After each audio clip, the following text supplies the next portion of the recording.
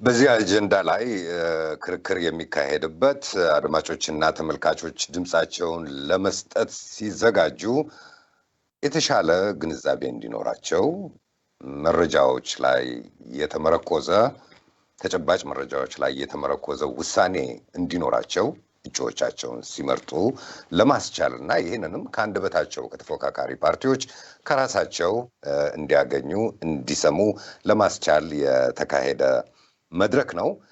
ለዚህም ከተለያዩ አካባቢዎች በዳያስፖራ ካሉ ኢትዮጵያውያን መልእክቶቻቸውን ጥያቄዎቻቸውን እንዲያቀርቡ ስንጠይቅ ነበር ስናስተዋውቅ ነበረ። የተወሰኑትን አሁን ለማቅረብ እሞክራለሁኝ። በነገራችን ላይ እዚህ ዋሽንግተን ከአዲስ አበባ የሚመጣው ድምፅ ብዙ ጊዜ እየተቆራረጠ ስለሚደርስ አንዳንድ የተንጠባጠቡ ካሉና አሁን በማቀርባቸው ጥያቄዎች ውስጥ የሚደገሙ ካሉ እባካችሁ እና ያብራራችኋቸው ከዚህ በፊት ባደረጋቸው ክርክሮች ውስጥ እና ምናልባት ሳልሰማቸው ያመለጡኝ ካሉ እባካችሁ ጊዜያችሁን ሳታባክኑ ተዋቸው። ካላብራራችሁባቸውና ተጨማሪ ማብራሪያ መስጠት የምትፈልጉ ከሆነ ብቻ ተነጋገሩባቸው። አንዳንዶቹ በጽሁፍ የቀረቡልን ጥያቄዎች በዳያስፖራ ያሉ ኢትዮጵያውያን በኢትዮጵያ ማህበራዊም ሆነ ምጣኔ ሀብታዊ ህይወት ውስጥ በንቃት ለመሳተፍ ሲፈልጉ ሲዘጋጁ ብዙ ጊዜ ከዲፕሎማሲያዊ ሚስዮኖች ከኤምባሲዎች ከቆንስላዎች ጀምሮ እስከ መንግስት ተቋማት ድረስ በየወረዳውና እስከታች ድረስ ባሉ አስፈጻሚዎች ድረስ ያሉ ማነቆዎች አሉ እንዳይንቀሳቀሱ የሚያደርጓቸው ተስፋ ሊያስቆርጡ የሚችሉ የተራዘሙ የቢሮ አሰራሮችና የሙስናም ችግር እንዳለ የሚጠቅሱ አሉ። እነዚህን ለማስወገድ ወይም ለማቅለል ምን ሀሳብ አላችሁ የሚሉ አሉ። ለምሳሌ ቦታ ለማግኘት የቀረጥ የታሪፍ ተጠቃሚነትን ለማስፋት የምታደርጓቸው ጥረቶች አሉ ወይ ወይም የምታስቡት አለ ወይ የሚሉ ጥያቄዎች ተነስተዋል። በመንግስት ተቋማት ውስጥስ በዳያስፖራ ያሉ ኢትዮጵያውያን እጅግ በጣም ከፍ ያለ የላቀ ዕውቀት፣ ልምድ፣ ችሎታ ያላቸው በበለጸጉ ሀገሮች ውስጥ የሚኖሩ ኢትዮጵያውያን እና ለነዛ ሀገሮች ብዙ ጥቅም የሚሰጡ ኢትዮጵያውያን ወደ ትውልድ ሀገራቸው ተመልሰው ማገልገል ቢፈልጉ የምታስቡት ምንም እቅድ ይኖራቸዋል፣ ሀሳብ ይኖራቸዋል ወይ? ተሳትፏቸው የሰፋ እንዲሆን ጥምር ዜግነት እንዲኖር ለማድረግ የምታስቡት ሀሳብ አለ ወይስ እቅዳችሁ ውስጥ አለ ወይ? የኢትዮጵያ ዳያስፖራ ፖሊሲ 8 ዓመት የሆነው ይመስለኛል። መታደስ መፈተሽ አለበት ብላችሁ አታስቡም ወይ የሚሉ ጥያቄዎች መጥተዋል። ሌሎችም ብዙ ናቸው፣ ግን ለጊዜያችን ስንል እነዚህን ነካነካ እናድርግና ቪዲዮ ደግሞ የደረሱንን ወይም ያዘጋጀናቸውን ደግሞ እስቲ አዳምጧቸው። ቢኒያም ገብሩ ባላለሁኝ ከሎስ አንጀለስ። በቅድሚያ ለቪኦኤ ይህን እድል ስለሰጣችሁኝ አመሰግናለሁኝ። በመጪው የኢትዮጵያ ምርጫ ተወዳዳሪዎች በሙሉ ማቅረብ የምፈልገው አንድ ጥያቄ አለኝ። በሚቀጥለው ውድድር ወደ ምርጫ እንደምትገቡ ምን ያህል ተዘጋጅታችኋል ከሚለው እነሳና ዝግጅታችሁ ለማሸነፍ ብቻ ሳይሆን የውድድሩን ከተሸነፋችሁ በጸጋ ለመቀበል ምን ያህል ዝግጁ ናችሁ? ይሄ የመሸናነፍ ጉዳይ ባለፈው በ97 እንደተካሄደው ወደ አመጽ እንዳይለወጥ እናንተ በፓርቲ ደረጃ ምን ያህል ተዘጋጅታችኋል? የምናየው ለምሳሌ እኔ አሜሪካ ውስጥ ነው የምኖረው። ብዙ ውድድሮችን የፖለቲካ ውድድሮችን የፕሬዝዳንት አይቻለሁም። በዛ ውድድር ጊዜ እየተሰዳደቡ እየተጠላሉ ምርጫው ካለቀ ግን ተቃቅፈው ነው የሚሄዱት። እንደዚህ አይነት ለማድረግ ምን ያህል ተዘጋጅታችኋል? ከአመጽ ነፃ የሆነ በአገር ደረጃ አገርን የሚለውጥ ምርጫ ስለሆነ ይህንን እንትን ለማሳየት ምን ያህል ቁርጠኝነት አላችሁ? ከሌላችሁም ይህንን ለሀገራችን ዲሞክራሲን እንደማዋለድ ብትቆጥሩና ብትዘጋጁ ደስ ይለኛል። አመሰግናለሁ። ቲቶ ተስፋዬ ከካሊፎርኒያ ሎስ አንጀለስ። ብዙዎቹን የክርክር መድረኮችን ተመልክቻለሁ። እኔ አንድ ፊሊንግ አለኝ፣ አንድ የሚሰማኝ ስሜት አለ። ለምሳሌ ያህል ብልጽግና የፓርቲ አባል መሆን ተቀጣሪ መሆን ነው። አሁን የዞን አባል የዞን አስተዳዳሪ ነው። በፓርቲ አባል በመሆኑም ደሞዝተኛ ነው። ይሄ አሁን የሚታየው አልፎ አልፎ የሚታየው በዞንም በቀበሌም በተለያዩ እንትኖች በወረዳም የሚታየው የሰርቫይቫል ጥያቄ ነው። ደሞዝተኛ ነው ስለሆኑ ሳቦታጅ እያደረጉ ቅስቀሳ እንዳይደረግ የሚያደርጉትም ከዛ ስለሆነ ምክንያቱም አንድ የዞን አስተዳዳሪ ደሞዝተኛ ስለሆነ በምርጫ ከተሸነፈ ከዛ ስለሚወርድ የሰርቫይቫል ጥያቄ ስለሚሆን ስራ አጥ ስለሚሆን ለሌላው እድል አይሰጥም። አሁን ላለመዘረፉ ምን እርግጠኛ የሚያደርገን ነገር ምን አለ? ምክንያቱም እነዚህ ሰዎች ከተሸነፉ ስራ አጥ ይሆናሉና ለኮረጆ ላለመሰረቁ ምን ያህል እርግጠኛ ነን? እሱ በጣም አንድ ትልቅ ጥያቄ ነው። በሁለተኛ ደረጃ ደግሞ ለተቀሩት ፓርቲዎች ሶፋር ካልተሳሳትኩ የብልጽግናና የኢዜማ ፓርቲ ፕሮግራም በስተቀር የሌሎቻችሁን ፕሮግራም አላየንም። በክርክር ላይ የምናየው ጠቅላላ አጌንስት ብልጽግናን ስትሄዱ ነው። የኛ ፕሮግራም ይሄ ነው፣ መመሪያችን ይሄ ነው፣ ፕሪንሲፕላችን ይሄ ነው ብላችሁ ያቀረባችሁት የፕሮግራም መመሪያም የላችሁም እና ፕሪንሲፕላችሁ ምን እንደሆነ ሶሻል ዲሞክራሲ ሆን ሶሻሊስት ሆኑ ቡርዣት ሆኑ ምን እንደሆነ ይሄንን ፕሪንሲፕላችን ይሄ ነው ይሄንን እናደርጋለን ብላችሁ ክሊርሊ ያስቀመጣችሁት ነገር ብዙ ስላላየን እሱን ክሊር ብታደርጉት ጥሩ ነው። ስሜ ብርሃኑ አስፋው ይባላል። እኔ የምኖረው ሎስ አንጀለስ ካሊፎርኒያ ውስጥ ነው። እኔ ሁልጊዜ በጣም ብዙ ነገሮችን ለመከታተል እሞክራለሁ። በጣም የሚያሳዝነው አሁን ሀገራችን ባለችበት መጥፎ ችግር ውስጥ ከሁሉም መቅደም ያለበት የሀገራችን አንድ መሆንና መቆም ስለሆነ ለምንድን ነው በተለያየ በዘር ጎሳ ወይም በሰፈር ወይም የመሳሰለ ነገሮችን እየያዙ ህዝብን ውዥንብር ውስጥ ከመክተት ጥርት ባለ መልኩ ለኢትዮጵያ የሚጠቅምና ወደፊት በምን መልክ መራመድ እንዳለብን ሁላቸውም መከራከርና ለሰውን ማስረዳት አጀንዳቸውን ማስረዳት የሚያቅታቸው ለምንድን ነው? ይሄ በጣም ግራ ይገባኛል። ጥያቄዎቹን ተከታትለናል። ውድ ቤተሰቦቻችንም እዚህ ያላችሁ ተከራካሪዎችም ተጠይቀው ያልተመለሱ ወይም ደግሞ በአግባቡ ያልተብራሩ ጥያቄዎችን እንድታብራሩ ከክርክሩ መሪዎችን በመሀል ልትጠየቁ ትችላላችሁ። በዚህ ምዕራፍ በእርግጥ 5 ደቂቃ ነው የተሰጣችሁ።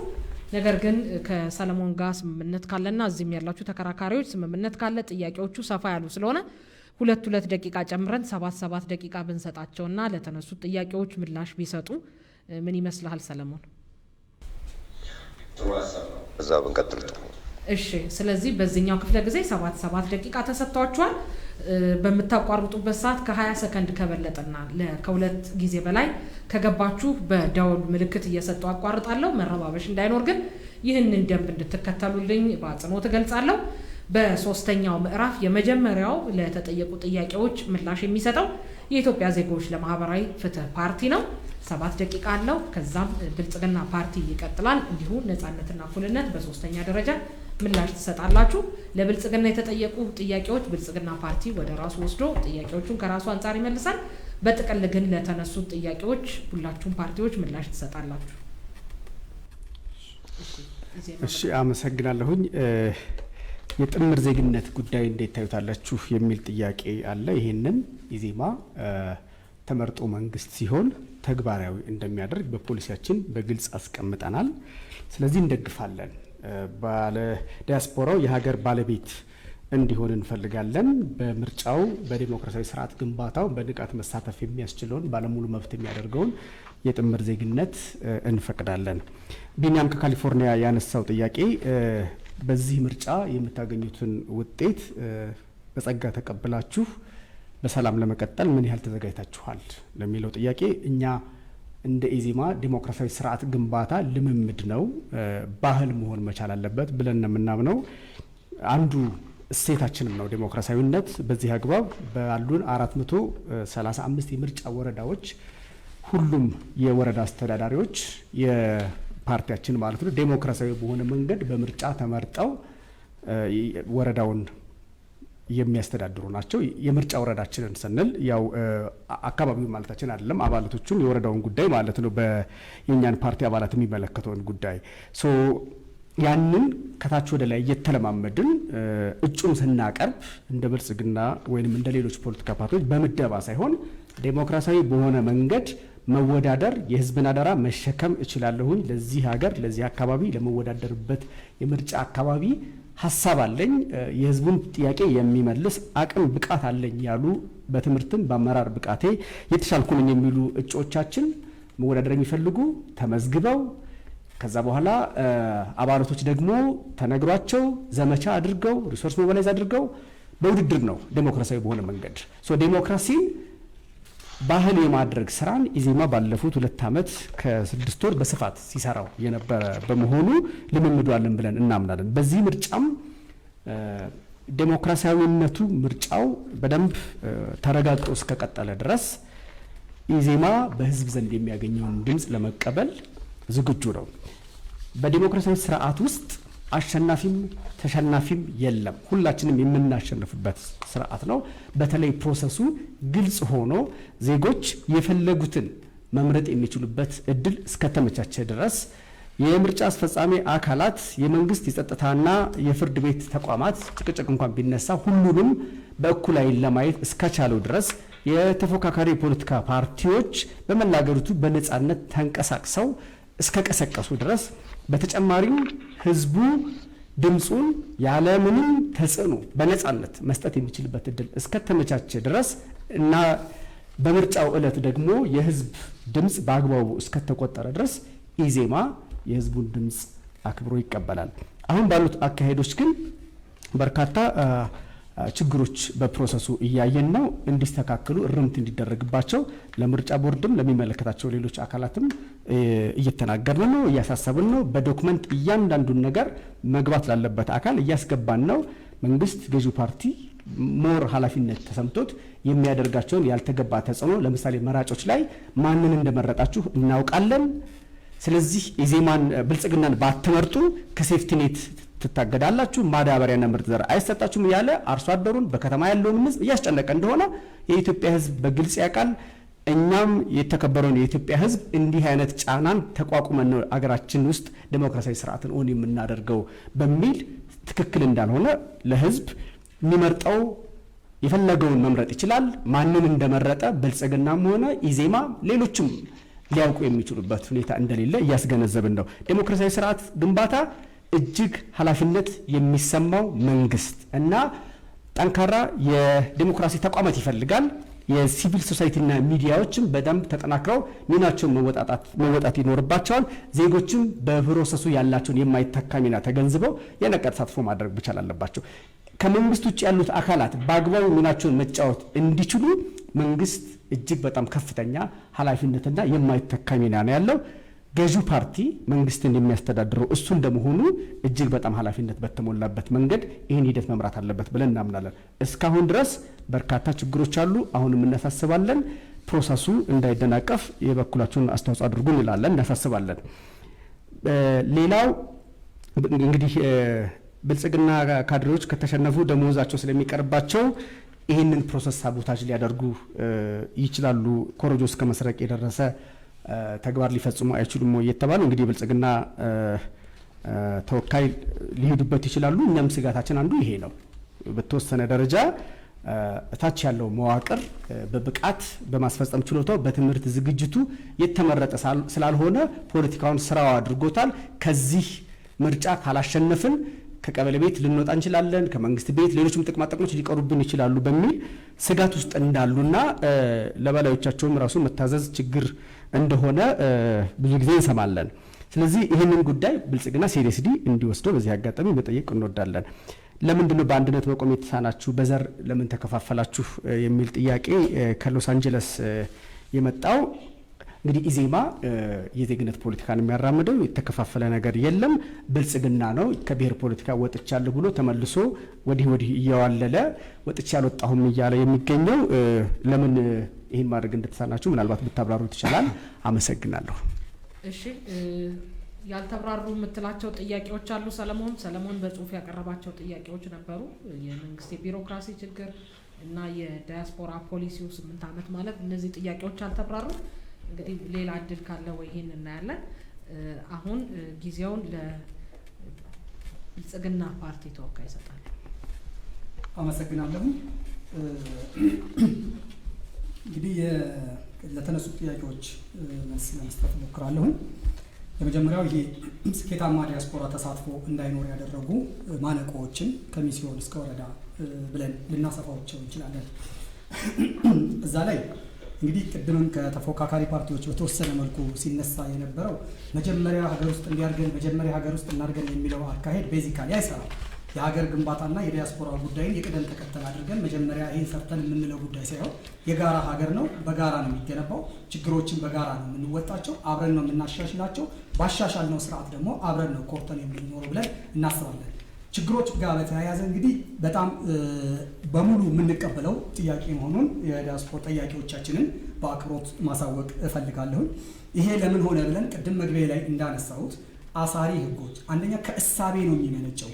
ስለ ዲያስፖራ የነበረ እሳቤ ከፖለቲካ አስተሳሰብ ጀምሮ የነበረ እሳቤ አለ። ከኢኮኖሚ ጀምሮ ሁሉም ዲያስፖራ ባለጸጋ መስሎ የሚታየው እሳቤ አለ። እንዲሁም ደግሞ የቀረቡትን ብቻ ቦታ፣ መሬት፣ ቤት እየሰጡ ይሰራበት የነበረ ዝርክርክ አሰራር አለ። እነዛ ሁሉ ብልጽግና ፓርቲ እዳ እየከፈለ ያለው በፖለቲካ ጫና ምክንያት የተወጠረች ሀገርን ብቻ ሳይሆን በቢሮክራሲ ምክንያት ለሀገራቸው ለማልማት ለመስራት ቆርጦ እየፈለጉ ነገር ግን በዝምድና በተለያየ መንገድ ይሰሩ የነበሩ የፈጠሩት ፍራስትሬሽን በርካታ አቅምን እንዳሳጣን ይሄን እንቀበላለን። ብልጽግና ያንን ታሪክም ወርሶ ነው ይሄን ለማሻሻል እየሰራ ያለው። ይሄን ለማድረግ አንደኛ አሳሪ ህጎችን የማፍታታት ስራ ነው በአብዛኛው ስንሰራ የነበር። አንደኛ እንደ ሀገር ያሉ አሳሪ ህጎች አሉ በርካታ የኢዝ ኦፍ ዱይንግ ቢዝነስ ጋር በተያያዘ ላይሰንስ ከማውጣት ጀምሮ ያለ ውጣ ውረድ፣ ከዲያስፖራው ላይ የተጣሉ የተለያዩ ማዕቀቦች በፋይናንስ ሴክተር እንዳይሳተፍ የሀገር ውስጥ ባለሀብት ይሁን ወይስ የውጭ ሀገር ባለሀብት ሆኖ ይመዝገብ፣ ሌላ ፍልስፍና ሀገር ሌላ እሳቤ ያላት ይመስል፣ ሌላ ስፔስ ያላት ይመስል፣ ሌላ ዜጋ ያላት ይመስል በጣም ሌየርስ የበዛበት አስተሳሰብና ህጎችን የመሻር ፍላት ወርልድ የመፍጠር ሁሉም ዜጋ በሀገሩ ጉዳይ ላይ እስከፈለገ ድረስ ሊያሰራው የሚችል ትራንስፓረንት የሆኑ ህጎችን የመዘርጋት። ስለዚህ ኢዝ ኦፍ ዱይንግ ቢዝነስ በፋይናንስ ስርዓት ላይ የተጣለው የዲያስፖራ ተሳትፎ መወገድ፣ ሌሎች በጣም በርካታ ህጎችን ማሻሻል ስራ ተሰርቷል። ሌላው የተቋም እጦት ነበር አንዱ ችግሩ።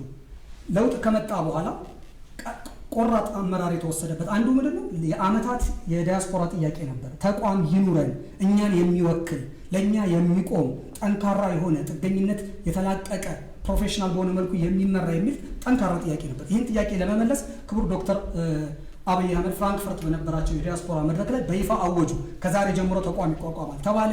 ተቋሙ ተጠና። አንድ ትልቅ የዲያስፖራ ኤጀንሲ የሚባል የፌዴራል ኢንስቲትዩሽን ተቋቁሞ ዛሬ በ38 ኤምባሲዎች ውስጥ ዲፕሎማቶች ተመድበው በጀት ተመድቦ በሁሉም ክልሎች ላይ ደግሞ የዲያስፖራ ማስተባበሪያ ጽህፈት ቤቶች ተዋቅረው ተጠናክረው በሁሉም የፌዴራል መስሪያ ቤቶች ላይ የዲያስፖራ አገልግሎት በአንድ ቢሮክራሲው በቀነሰ መልኩ መስተናገድ የሚያስችል ስራ እየተሰራ ከዲያስፖራ ጋር ተች ያላቸው የትኞቹም ስቴክሆልደሮች ባለድርሻዎች በየሶስት ወሩ እየተቀመጡ እየገመገሙ አሰራራቸውን እየፈተሹ ትራንስፓረንት የሆነ አሰራር ለመዘርጋት ችግሮችን ተቀብሎ ነገር ግን ችግሮችን የመቅረፍ አካሄድ በደንብ እየተሰራ ነው። በዚህ ጉዳይ ጥያቄውን የተቀበልነውን ያህል እጅግ ብዙ መሻሻል እየሰራንበት እጅግ ብዙ ደግሞ መንገድ እንደሚቀረንም እውቅና እየሰጠን የምናልፈው ነው። ሌላው ከፕሮፌሽናል ዲያስፖራ ጋር ተያይዞ የተነሳው ጥያቄ ነው። እውነት ለመናገር የፕሮፌሽናል ዲያስፖራ አዲስ ምዕራፍ ተከፍቶላቸዋል ብለን እናምናለን። የብልጽግና ፓርቲ የዲያስፖራ አካሄድ ቅድም መግቢያ ላይ እንዳልኩት ሁሉም በአንድ ላይ የጨፈለቀ አይደለም። ቅድም የኢዜማው ተወካይ ሲያቀርቡ እንደ ካሽካው የሚል ዴሪጋቶሪ የሆነ ቃል ሲጠቀሙ ለሳቸው ተሳቅቄያለሁ። ፕሮፌሽናል ዲያስፖራ፣ የሁለተኛ ትውልድ ዲያስፖራ፣ የኢኮኖሚ ዲያስፖራ፣ የተለያየ የዲያስፖራ ክፍሎች አሉ። በስደት የሄደ ዲያስፖራ አለ፣ አዛውንት ዲያስፖራዎች አሉ። ሁሉም ለሀገራቸው ባለቤት ናቸው። የሚያደርጉት አስተዋጽኦ ግን ይለያያል። ከሁሉ ገንዘብ አይጠበቅም። ሁሉም ግን ባለቤት ናቸው። ስለዚህ ፕሮፌሽናል ዲያስፖራ ከለውጡ በኋላ አዲስ ምዕራፍ ተከፍቶላቸዋል። ዛሬ ዩኒቨርሲቲዎቻችን ጋር ብትሄዱ በዲያስፖራ ፕሮፌሽናልስ የሚመሩ ዲፓርትመንቶች በነፃ እየተከፈቱ የፒኤችዲ ኮርሶች እየተሰጡ ነው። ሚሊየንስ ኦፍ ብር ሊያወጣ የሚችል የኮንሰልተንሲ ስራ በዲያስፖራ ባለሙያዎች ዛሬ እያሰራች ነው ሀገራችን። የህዳሴ ግድብ ተደራዳሪዎች እንኳን ሳይቀር ድርድራችንን እውቀት መር ለማድረግ የዲያስፖራ ፕሮፌሽናልስ አብሯቸው ነው እየተደራደሩ ያሉት። አብሯቸው ነው እውቀት የማምረት ስራ እየሰሩ ያሉት። እያንዳንዱ የፌዴራል መስሪያ ቤት ከመንገድ ትራንስፖርት፣ ከሬልዌይ፣ ከአየር መንገድ፣ የሳይበር ሴኪዩሪቲ በትላልቅ ኢትዮጵያውያን ፖለቲካ ብቻ ሸሽተው የሄዱ ወይ ደግሞ ጥገኝነት ብቻ የጠየቁ ድሃዎች ሳይሆኑ በጣም ሀብታሞች፣ የአእምሮ ሀብታሞች፣ በጣም ትላልቅ አቅም ያላቸው በፌዴራል ኢንስቲትዩሽንስ በዓለም አቀፍ ተቋማት በማይክሮሶፍት ትልልቅ ቦታ ላይ የሚሰሩ ትልልቅ ፕሮፌሽናልስ ናቸው። እነዚህ ዛሬ በር ተከፍቶላቸዋል። ለሀገሬ ውለታ የመክፈል እድል አግኝቻለሁ ብለው በነፃነት እየሰሩ ነው ያለምንም ገደብ። ቻሌንጁን ደግሞ ግን ተቋቁመው ያን ለማገዝ የሚያስችል ዘመናዊ አሰራር ለመዘርጋት ከሬጅስትሬሽን ሊንክ የማድረግ ፍላጎትንና አቅምንና ክምችትን ሊንክ የማድረግ ስራ ግን እንሰራለን። እኛ በዩኒቨርሲቲዎቻችን ላይ ምን ፍላጎት አለ፣ በጤና ተቋማቶቻችን ላይ ምን ፍላጎት አለ፣ የዲያስፖራ ፕሮፌሽናልስን የሚፈልግ ዲያስፖራ ውስጥ ጋር ምን አቅም አለ፣ ዝም ብሎ በጅምላ ዲያስፖራ አንልም። የትኛው አቅም አለ፣ በየትኛው ዘርፍ ላይ ምን አቅም አለ፣ ዴታቤዝ እያዘጋጀ እየሰራን ነው፣ እየተማከረን ብዙ ፕሮፌሽናል ኔትወርኮች ጋር አብረን እየሰራን ነው። ይሄ ምናልባት ከለውጡ በኋላ ሊመሰክሩ የሚችሉት ፕሮፌሽናል ዲያስፖራ ሳይለንት ማጆሪቲ ሊባለው ደግሞ የሚችለው ሌላው ዲያስፖራ ነው። ትልቅ ስራ እየሰራንበት ነው። ከምርጫ ጋር ተያይዞ የተነሳውን ጥያቄ ብሪፍ ሊናንሳ። እንግዲህ በኢትዮጵያ ላይ ዴሞክራሲ ለመትከል ነው ብልጽግና ትልቅ ዋጋ እየከፈለ ያለ። የኢህአዴግ ወራሽ የምትሉን ቁጥር 2 የምትሉን ይሄ ሁሉ ለዴሞክራሲ ድም አጥፍቶ የመገንባት ስራ ስላልሆነ ባለው ነገር ላይ እየገነቡ የተሻለውን እየወሰዱ የተሳሳተውን እያረሙ ከተጣሉ ጋር እየታረቁ ያጠፋን ይቅር እያሉ በጋራ ሽግግር ካላደረግን ሁሌ አብዮት እያደረግን አያስኬድም። እቺ ሀገር ይበቃታል። ኮስት አትችልም መሸከም። ከዚህ በላይ ሌላ አብዮት መሸከም አትችልም። ሌላ አዲስ ቢሮክራሲ፣ አዲስ ቢሮክራት፣ ሁሉን ነገር ድምጥማጥ አጥፍተን አዲስ ዲፕሎማት አትችልም። ወርዝ አታደርግም እቺ ሀገር። ይህን ሲስተም ይህን ሾክ ይህን ነገር እንኳን በዚህ ልክ አቅም የሌለው አድርጋችሁ ዝቅ አድርጋችሁ መመልከት እንግዲህ በተደጋጋሚ መሪዎቻችሁ ሲናገሩ የደም መፋሰስንና በስርዓት ለውጦች መካከል የገባንበትን ምስቅልቅል አለማወቅ ይመስለኛል። በደርግ ጊዜ የገባንበት መስቀልቀል፣ በንጉሱ ጊዜ የነበረበት መስቀልቀል፣ ከ1983 እንዲሁም መሰል ጉዳዮች የነበረ መስቀልቀል ያስከፈሉንን ዋጋና በዛ ዋጋ ምክንያት ህይወታቸውን የሰው የተጎዱትን ሰዎች ስቃይን አንደርማይን የማድረግ ከባድ ስህተት ነው። ለዚህ ነው ዋጋ እየከፈልን ያለ ነው። እኛ ዲሞክራሲን መገንባት ቅንጦት አይደለም። ለስቃውን ተጠቅመዋል። የብልጽግና ተወካይ ሰለሞን የሶስተኛው ምዕራፍ አብቅተናል። እኛ ላብራራን ምናምን ይቅርታ፣ ነፃነትና እኩልነታችን ይቅርታ። አመሰግናለሁ። ማብራሪያ የምጀምረው መጨረሻ ከተነሳው ጥያቄ ነው። ሉክ ነፃነትና እኩልነት ፓርቲ ዊሽፉል አስተሳሰቦችን ዝም ብሎ ሀሳባዊ ምኞቶችን እና ፕሮፓጋንዳዎችን በመስጠት እኛ ህዝቡን ማደለል አንፈልግም። ብልጽግና ሲመጣ ሪቮሉሽን አይደለም የተፈጠረው፣ ሪፎርም ነው። ሪቮሉሽን የሚለውን ሳይንሳዊ ዲፊኒሽን እንደማያሟላ እነሱ ያውቁታል። ሪፎርም ደግሞ ከሆነ እኛ የምናደርገው ምንድን ነው? በሪፎርም ሂደት አካታች እናደርጋለን። አንዱን አግልለን ሀይ ከዲያስፖራው የተወሰኑትን አካተን ግልጋሎት ስለሰጡን እነዛ ይሂዱ አንልም። እኛ ተቃዋሚውንም ሁለቱንም አካውንት እናደርጋለን። ሲጀመር በዓለማችን ላይ የተለያዩ ጥናቶች ተደርገዋል። እነ ጆን ጋልተን፣ ፊሸር። ይሄ እነዚህ ጥናቶች ምንድን ነው የሚያሳዩት? የሀሳብ ልዩነትን እንቀበላለን። እኛ እንደ ድል ነው የምንቆጥረው የሀሳብ ልዩነትን። ችግሩ የሀሳብ ልዩነቱ ወደ ኮንፍሊክት እንዳይሄድ እንዴት እንጠቀመዋለን የሚለው ነው። ብልጽግና ምን ሲያደርገው ይሄ ነው። ብልጽግና ከተጋጨ የሀሳብ ልዩነት ካለ ትሬት ነው ለብልጽግና። እንዲህ አናይም። የሀሳብ ልዩነቶች ለእኛ ኦፖርቹኒቲ ነው የምናደርጋቸው። ሶልቭ አድርገናቸው ኢኖቬቲቭ አይዲያዎችን እናወጣባቸዋለን። በዚህ መንገድ ነው ኢንጌጅ የምናደርጋቸው። ሜሪት ቤዝድ ነን እኛ። በብሔር በምኛ ሞዴሬት ሊበራሊዝም ነን። ቅድም ጠያቂያችን ምናልባት ማብራሪያው ላይ በደንብ አልሰሙም ይሆናል እንጂ ከቀኝ አክራሪ ብሔር ምናምን ሲሉ በዚህ ጉዳይ ላይ ያላችሁን ሀሳብ ብታብራሩልኝ። ሞዴሬት ነን ሲሉ ምናምን አይደለም እያሉ ነው። እየተናገርኩ ነው። ያብራሩልኝ። ግራ አክራሪነትም አንወስድም፣ የቀኝ አክራሪነትንም አንከተልም። ከቀኝ አክራሪው አገራዊ ኔሽን ቢልዲንግ ሀሳቦችን እንወስዳለን። የግራ ዘመኑም ደግሞ በጣም ጽንፍ ከወጣ ናሽናል ዩኒቲ ላይ የብሔር ጭቆና ነበር ብላችሁ በተደጋጋሚ አውርታችሁና ይሄ ቶፒክ ሌላ ነው። ወደዛ ቶፒክ አልገባም። ጥያቄውን ልመልስና ወደዚህ ጥያቄ እመልሳለሁ። ራሱን የቻለ ሰፊ ሀሳብ ስለሆነ መመለስ እችላለሁ፣ እመጣለሁ። ስለዚህ ሜሪት ቤዝድ ነን። ሌላው ምንድን ነው? ሌላ ጠያቂያችን የጠየቁት የብልጽግናን በተመለከተ ግልጽ እኮ ነው። የብልጽግና ካድሬ እኮ ሪፎርም ከመጣ ወደ ግብርናና ወደ የቀን ስራ ነው የሚሄደው፣ ብቃት የለው። ስለዚህ ሪፎርሙን ቻሌንጅ ያደርጋል። አገር እያፈረሰ ያለው የብልጽግና ፓርቲ አይደል እንዴ?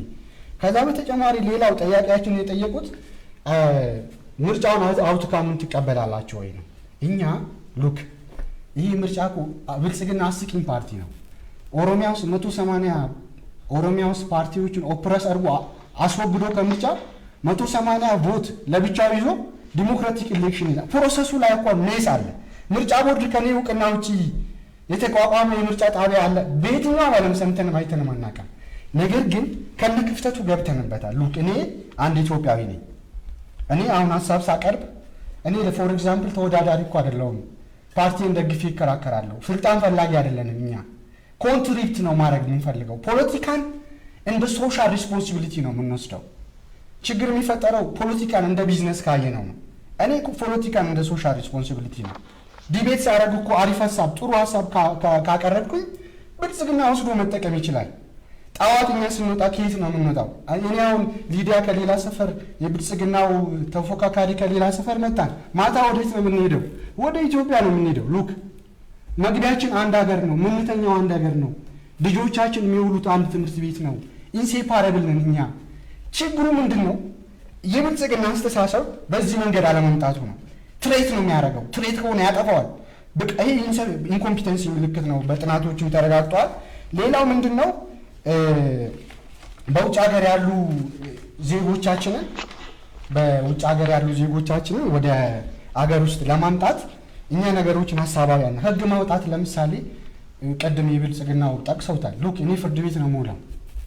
እኔ ፐርሰናሊ እንደው ትሩስ በቃ ኦነስት ፉሊ ለመናገር አሁን ፍርድ ቤት ያለው ቁመና ድሮ ከነበረው የባሰ ነው። በቲፒኤልኤፍ ጊዜ አንደኛ በስፒዲ ትራያል፣ ሁለተኛ ከአንጋሮ ኮርቶች ፓርቲዣን ጀጆች ለዛ ሰርቭ እያደረጉ ነው። እርሶ ይቅርታ ሊዲያ ከሁለት በላይ ጣልቃ መግባት አይቻልም የሚለውን ማስፈጸም አይቻላችሁ። በብልጽግና ዘመን እኔ አሁን በዚህ የዚህ ትውልድ ነኝ። እንደው እስቲ ቆይ ሬት ቴረር ጊዜ የሬት ቴረር ችሎት ላይ የቀይ ሽብር ችሎት ላይ ምስክር ከመጋረጃ ሰምተን አናውቅም።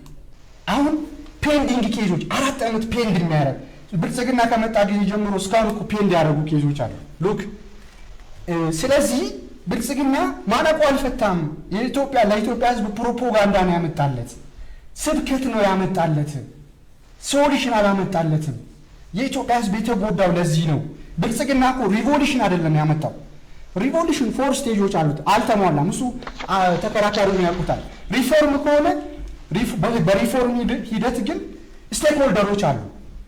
ቲፒኤልኤፍን ለማስወገድ ገፊ ምክንያቶች ምን ነበሩ? በእነዛ ገፊ ምክንያቶች ስቴክ ሆልደሮች አሉ። እነዛ ስቴክ ሆልደሮች ትሩዝ ኤንድ ሪኮንሲሌሽን ደግሞ እንምጣ።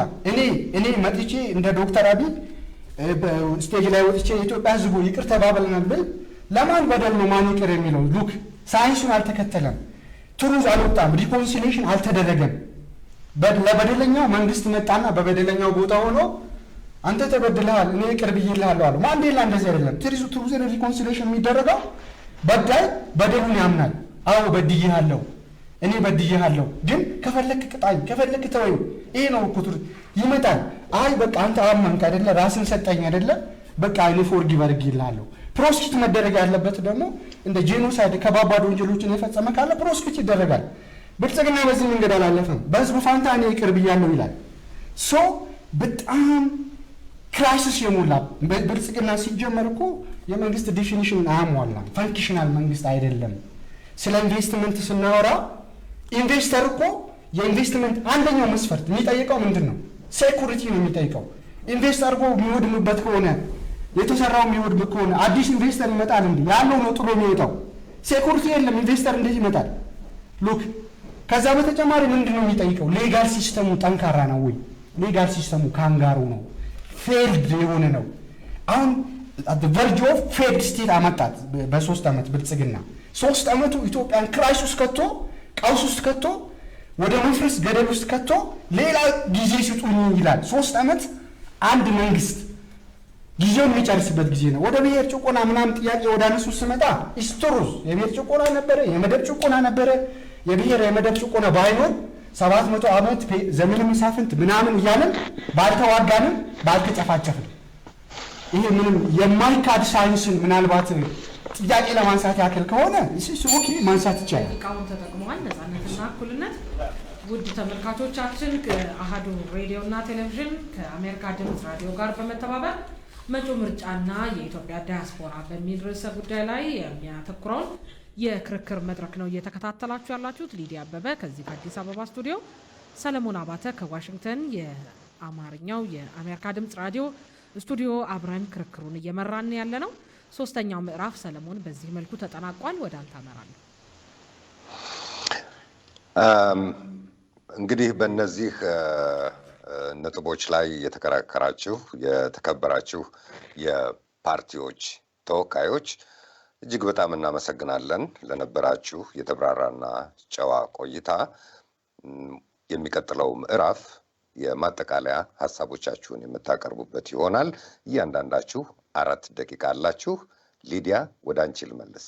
የቅደም ተከተል መዛባት እንዳልፈጥር ተከታዩን የማጠቃለያ ክፍለ ጊዜ ደግሞ አንቺ ብትመሪልኝ። እሺ፣ የመጀመሪያውን እድል ለነጻነትና እኩልነት፣ ሁለተኛውን ለኢትዮጵያ ዜጎች ማህበራዊ ፍትህ ፓርቲ እንዲሁም ሶስተኛውን ለብልጽግና ፓርቲ ይሰጣለሁ። 4 ደቂቃ አላችሁ። በዚህ ሰዓት ማንንም ማቋረጥ ጣልቃ ገብቶ ጥያቄ መጠየቅ አይችልም። የማጠቃለያ ሀሳባችሁን ታቀርባላችሁ። አመሰግናለሁ። ውድ ኢትዮጵያውያን፣ አሁን ባለንበት ተጨባጭ ዓለማችን ወደ አንድ መንደር የተቀየረች ያክል በግሎባላይዜሽን ተሳስራለች። ዜጎች ድንበር ሳያግዳቸው ኑሯቸውን ለማሸነፍ ወይም ከአምባገነኖች ጥቃት ለመዳን አሊያም ደግሞ በማህበራዊ ችግሮችና አጋጣሚዎች ሳቢያ ከሀገራቸው ይሰደዳሉ። በተሰደዱበት ሀገርም በመስራት ለሀገራቸው ከፍተኛ የጀርባ አጥንት ሲሆኑ እንመለከታለን። ቅቡልነት ባለው መንግስት የሚመሩ አንዳንድ ሀገራትን ስንመለከት ዜጎቻቸው የዲፕሎማሲውን ስራ በከፍተኛ ሁኔታ ተክተው አሊያም አጋዥ ሆነው ሲሰሩ እንመለከታለን። በእነዚህ ሀገራት ዲያስፖራው ከሴሬሞኒ የበለጠ አስተዋጽኦ ነው ያለው። ተቀባይነቱና ተጽዕኖ ፈጣሪነቱም ከፍተኛ ነው። ጥረው ግረው የሰሩትን ሀብት ንብረት መብት መንግስት ስለሚያስጠብቅላቸው ለመብታቸውና ለእኩልነታቸው ጠንክሮ ስለሚሰራ መንግስትና ዲያስፖራው ይናበባል።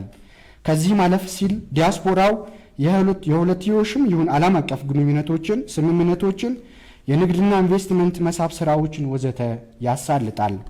መረጃ ሰብስቦ በመተንተን ለምሳሌ የንግድ አማራጭ ሀሳቦችን፣ የቴክኖሎጂ ሽግግር ሀሳቦችን ወዘተ እየተነተኑ ለሀገራቸው ስለሚልኩ ትስስሩ የተጠናከረና በመግባባት ላይ የተመሰረተ ነው። በእነዚህ ሀገራት ተቺዎች በጠላትነት አይፈረጁም። ይልቁንም ክፍተትን ለመሙላት እንደ ግብዓት ተወስደው ይበረታታሉ። ባህላዊ ትስስሮችንም ያሳልጣሉ። በእነዚህ ሀገራት በውጭ ሀገር የሚኖሩ ኤምባሲዎቻቸው የወሳኝ ኩነት አገልግሎቶችን በተሳካ ሁኔታ በማከናወን የዜጎቻቸውን ዕለት ተዕለት የደህንነት ሁኔታ በጥንቃቄ በመከታተል ደህንነታቸውን ያስጠብቃሉ። የህግ አገልግሎት ድጋፍ ለዜጎቻቸው ያደርጋሉ። ስለሆነም ዜጎች በሀገራቸው ላይ እምነት ስለሚያድርባቸው የኢኮኖሚ ሁኔታውን ያሳልጣሉ፣ የአስተዳደር ስራውን ያግዛሉ፣ የህዝብ ዲፕሎማሲ ስራውን በተሳካ ሁኔታ ይሰራሉ።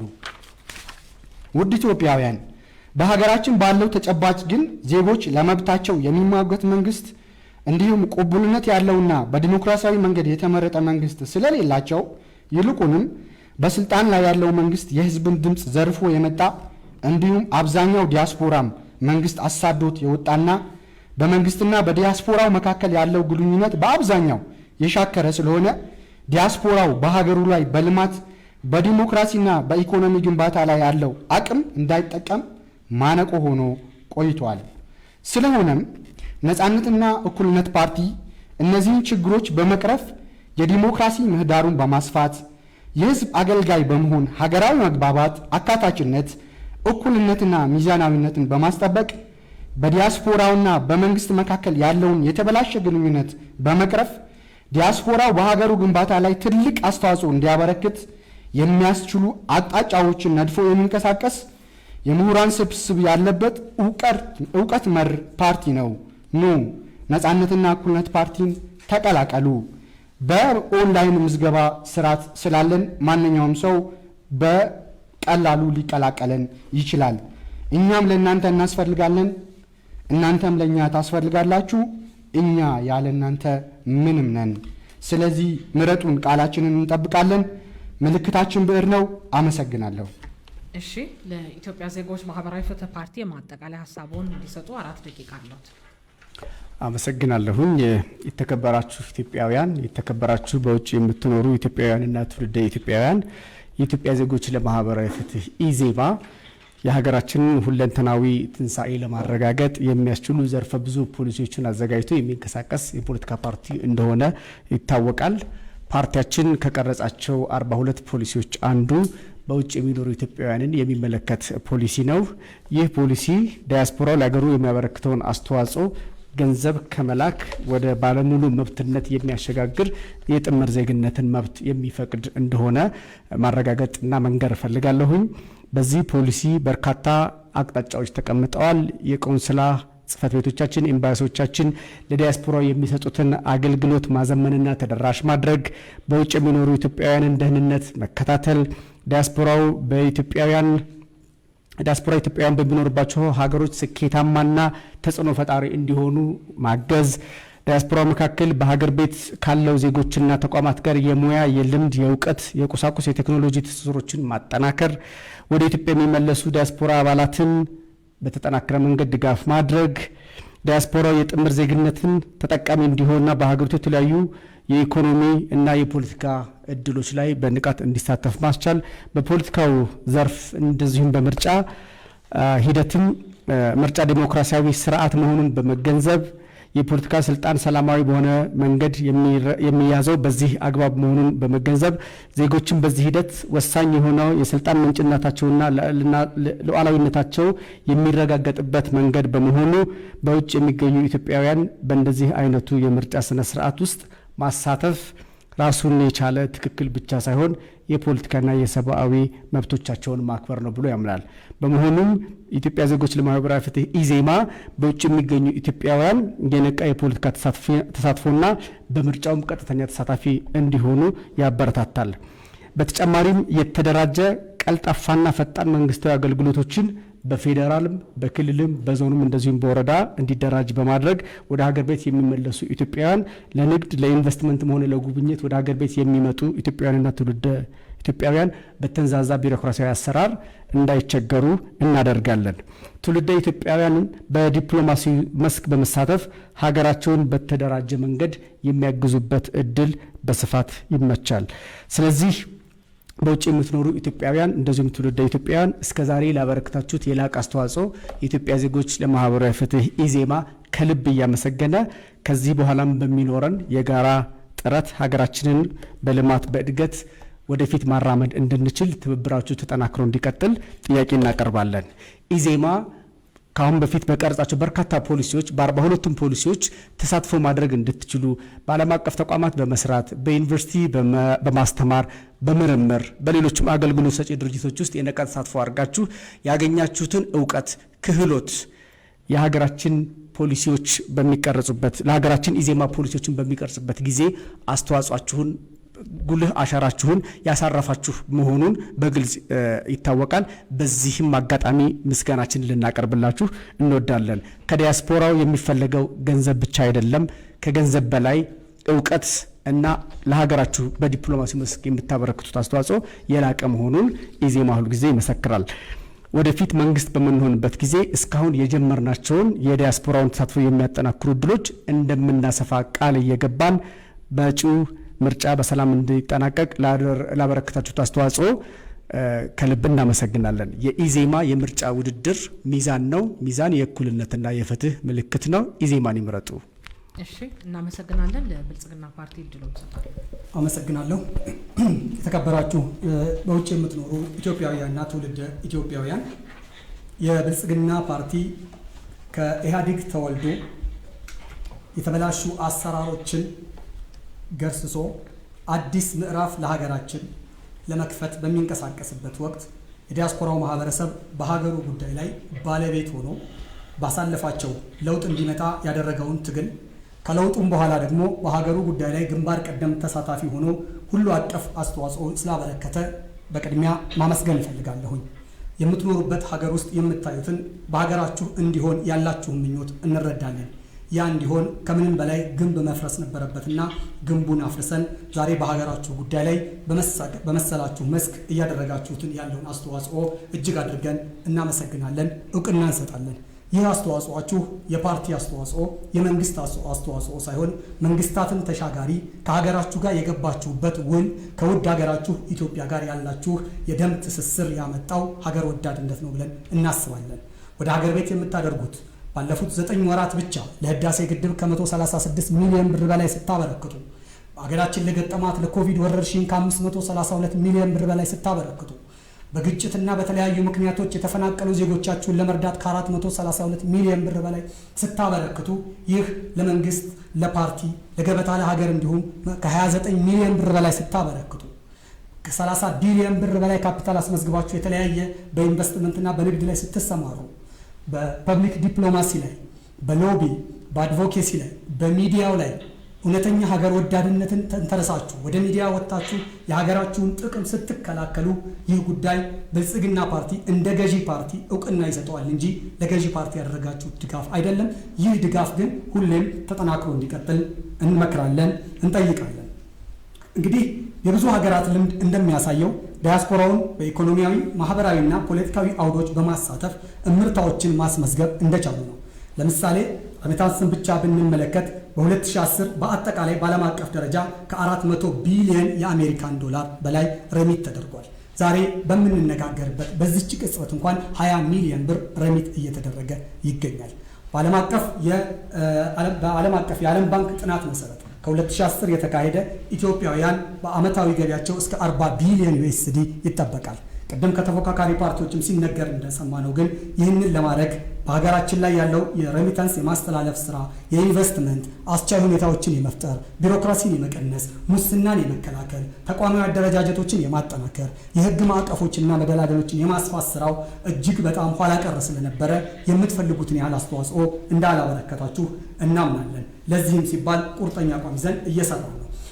በመጀመሪያ በዋናነት በዋና ዋና ሀገራዊ አጀንዳዎች ላይ መግባባትን በመፍጠር ውላችሁ ከሀገራችሁ ጋር የሆነ ሁሌም ኢትዮጵያ የምትባል ሀገራችን እስካለችና ኢትዮጵያውያን የሚባሉ ኩሩ ዜጎቿ በየትኛውም የዓለም ክፍል ይኖሩ እስካሉ ድረስ ሁለቱን የሚያስተሳስር ሀገራዊ መግባባትን መፍጠርና መገንባት የብልጽግና ፓርቲ ተቀዳሚ ተግባሩ ነው።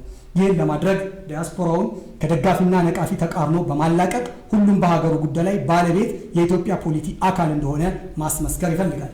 በእድገት ትራጀክተሪያችን ውስጥ ደግሞ የዲያስፖራው ሚና የሚቆጠር እንዲሆን እንፈልጋለን።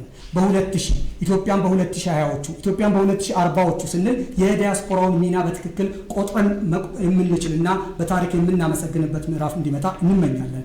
በአጠቃላይ የዲያስፖራውን ተሳትፎ በሀገር ባለቤትነት ማዕቀፍ እናየዋለን። ከዛ አንጻር ይህንን ለመስራት ብልጽግና ፓርቲ ይሰራል። ባሳለፍናቸው 3 ዓመታት የታየው ሰፊ መነሳሳትና በውጤት የታጀበ ተሳትፎ በተሻለ መልኩ ቀጥሎ የጎደሉ ተሞልተው ከፍ ወዳለ እርከን እንድንሻገር ብልጽግና እንዲመረጥ ዲሞክራሲያዊና ለሀገራችን የፖለቲካ ሽግግር ተጠቅመዋል። ውድ ተመልካቾቻችን በአራት ምዕራፍ የተከፈለውና በተለይም መጪው ምርጫና የኢትዮጵያ ዳያስፖራ በሚል ርዕስ ያዘጋጀነው የክርክር መድረክ ይህንን ይመስል ነበረ።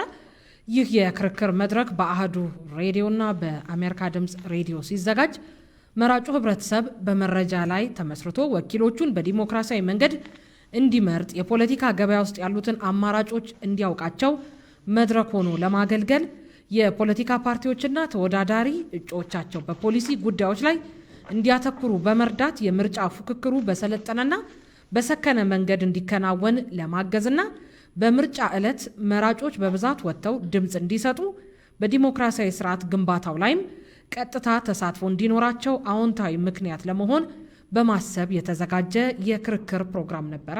ሰለሞን ወደ አንተ አመራለሁ። አመሰግናለሁ ሊዲያ። የፖለቲካ ፓርቲዎች እንግዲህ በእኩልነትና በፍትሃዊነት ራሳቸውን ድምፁን ለሚሰጠው መራጭ ያስተዋወቁበት መድረክ ነው ነበር የሚል ተስፋ እምነት አለ በእኛ በኩል። ርዕሱ መጪው ምርጫና የኢትዮጵያ ዳያስፖራ በሚል ሲጠራ በተለያዩ ምክንያቶች ከኢትዮጵያ ወጥተው በተለያዩ የዓለም ሀገሮች ውስጥ የሚኖሩ ኢትዮጵያውያን በትውልድ ሀገራቸው ፖለቲካዊ፣ ምጣኔ ሀብታዊና ማህበራዊ ህይወት ውስጥ ገንቢና የነቃ ተሳትፎ እንዲኖራቸው እንዲሁም እነርሱም ልጆቻቸውም ከትውልድ ሀገራቸው ፖለቲካዊ ስርዓት ተጠቃሚ ሊሆኑ የሚችሉበትን ሁኔታ በሚመለከት የያዟቸው የፖሊሲ አቋሞችን እንዲያውቁና በመጪው በሀገሪቱ የሚኖራቸውን ተሳትፎ እንዲያጎለብቱ በማሰብ ነው። የዛሬው ክርክር በዚሁ ተጠናቋል። ክቡራትና ክቡራን የተከበራችሁ ተከራካሪዎች ክርክሩን ከዋሽንግተን ዲሲ ከአሜሪካ ድምፅ ራዲዮ ጣቢያ የመራሁት ሶሎሞን አባተ ነኝ። አብራችሁን ስለቆያችሁ ከልብ እያመሰገንኩ በመላ ባልደረቦች ስም በዚሁ እሰናበታለሁ። ወደ አንቺ ልመለስ። ከአዲስ አበባ አሃዱ ራዲዮና ቴሌቪዥን ስቱዲዮ ደግሞ ሊዲያ አበበ ክርክሩን መርቻለሁ። ምርጫ በሀሳብ ብልጫ ለኢትዮጵያ ስንል በጣቢያችን ሲቀርቡ የነበሩት የክርክር መድረኮች ማጠቃለያም ነው የዛሬ መርሃ ግብራችን። ውድ ተመልካቾቻችን ሰላማዊ ሀሳብ የበላይነቱን የሚወስድበት ምርጫ ለሀገራችን እንዲሆን እየተመኘው እኔም እዚህ የተገኙ የተፎካካሪ የፖለቲካ ፓርቲ ተወካዮችን እያመሰገንኩ በዚሁ እሰናበታለሁ። ለነበረን ቆይታ ከልብ የመነጨ ምስጋናዬ ከፍ ያለ ነው። አብሬም ይህንን ክርክር የመራሁትን ከአሜሪካ ድምፅ ራዲዮ ጣቢያ በቀጥታ ከዋሽንግተን ዲሲ በዚህ ክርክር ላይ የተሳተፈውን ሰለሞን አባተንም አመሰግናለሁ። እንዲሁም ደግሞ ከተለያዩ የዓለም ሀገራት ጥያቄዎቻችሁን በጽሁፍና በምስል በማገዝ ለላካችሁልን አድማጭ ተመልካቾቻችን ከልብ ነው የምናመሰግነው። መጪው ምርጫ የሀሳብ የበላይነት የሚንጸባረቅበት እንዲሆን እየተመኘው የዛሬው የክርክር መድረክ በዚሁ አብቅቷል። መላው የስቱዲዮ ባልደረቦቼን፣ ቴክኒሻኖች እንዲሁም የካሜራ ባለሙያዎችና ከጀርባ እገዛ ሲያደርጉ የነበሩ የሎጂስቲክ ባለሙያዎችንም እንዲሁ አመሰግናለሁ። የዛሬው የክርክር መድረክ በዚሁ አብቅቷል። መልካም ቀን ወይም መልካም ምሽት እንዲሆንላችሁ እመኛለሁ። እሺ፣ እናመሰግናለን።